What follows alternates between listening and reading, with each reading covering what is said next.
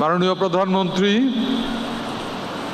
বাংলাদেশের বিপুল জনগোষ্ঠীর খাদ্য পুষ্টি চাহিদা পূরণ, কর্মসংস্থান, দারিদ্র্য বিমোচন, জৈব বৈচিত্র্য সংরক্ষণ এবং বৈদেশিক মুদ্রা অর্জন সহ দেশের আর্থসামাজিক উন্নয়নে মৎস্য সম্পদের গুরুত্ব অপরিসীম।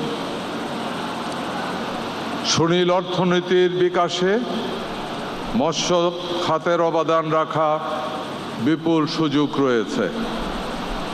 এ খাতের সার্বিক উন্নয়নে মৎস্য ও প্রাণী সম্পদ মন্ত্রণালয় ও এর অধীনস্থ দপ্তর সংস্থা সমূহ নিরলসভাবে কাজ করে যাচ্ছে। মৎস্যজীবী ভাইয়েরা,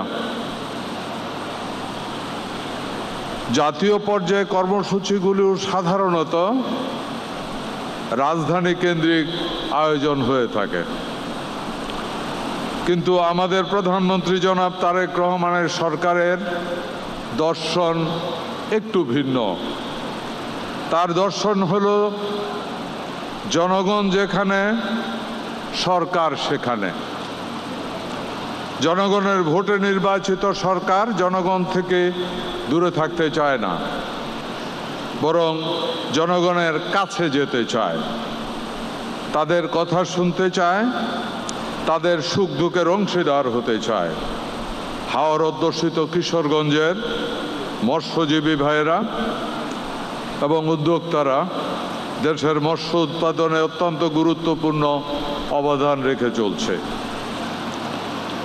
মৎস্যপক্ষ 2026 উপলক্ষে 14 জন সফল মৎস্য চাষিকে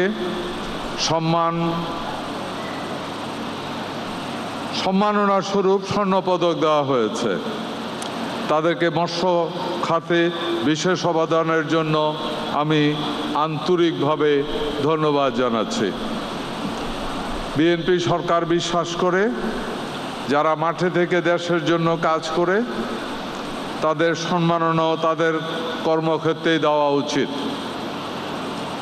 এতদিন অনেক সময় দেখা গেছে যারা মাটিতে পানিতে শ্রম দিয়ে উৎপাদন করেছে তাদেরকে রাজধানীতে এসি রুমে ডেকে এনে সম্মাননা দেওয়া হতো। মাননীয় প্রধানমন্ত্রী জনাব তারেক রহমানের নেতৃত্বে এবং ওনার নেতৃত্বাধীন সরকার সেই প্রচলিত ধারার পরিবর্তন করতে চায়।